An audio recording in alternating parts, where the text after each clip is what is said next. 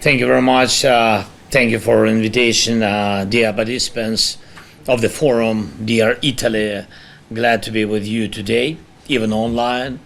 Thank you for the invitation and for your attention to Ukraine, to our people. We really appreciate that people in Italy hear us, our people, and support us.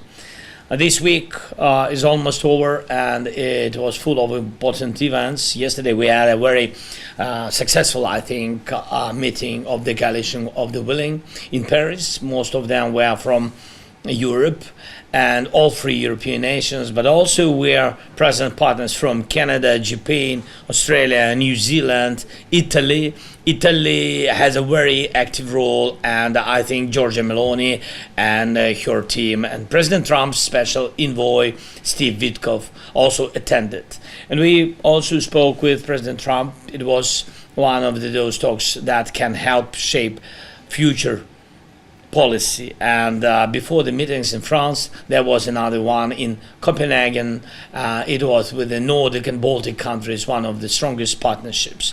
They support our defense and help us develop our industry, defense industry, not only in Ukraine. Right now, we are building the first joint weapon plant in Denmark, and it's a modern facility. This is a part of our defense strategy to build weapons together, to modernize defense production in Europe, and to unite Europe in this work. It's crucial for modern industry, strong jobs, and for Europe to stay competitive in the world.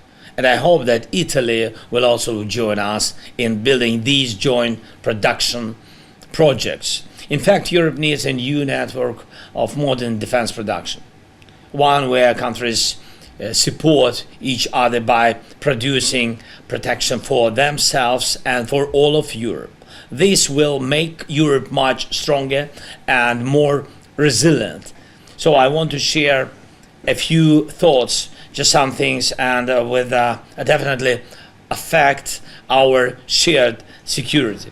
First, even though Russia is trying to keep this war going, and we've already started building a security system that can push Russia toward peace.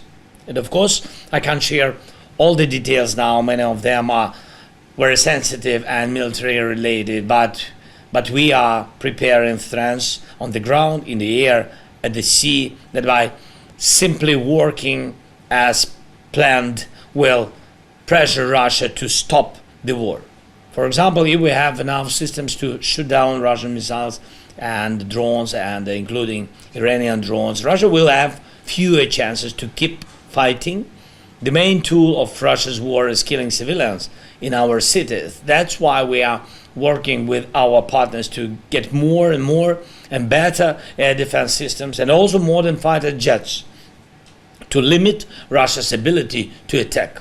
And this will push them toward peace. And we really count on America's support in this, and our teams, both European and American, will be working on it.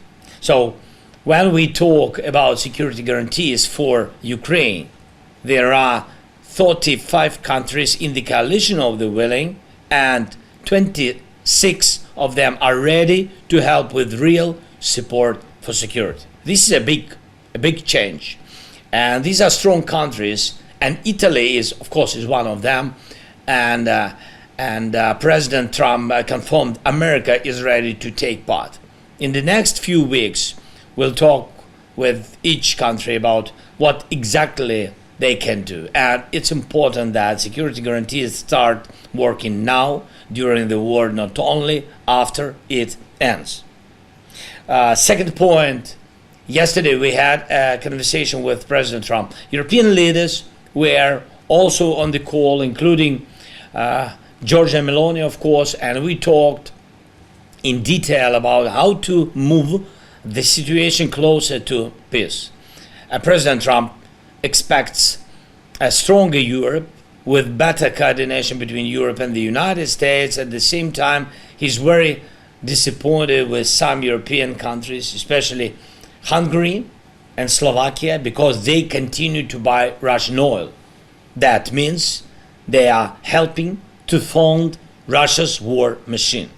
America wants to seriously cut Russia's income from energy exports, and this is the right path.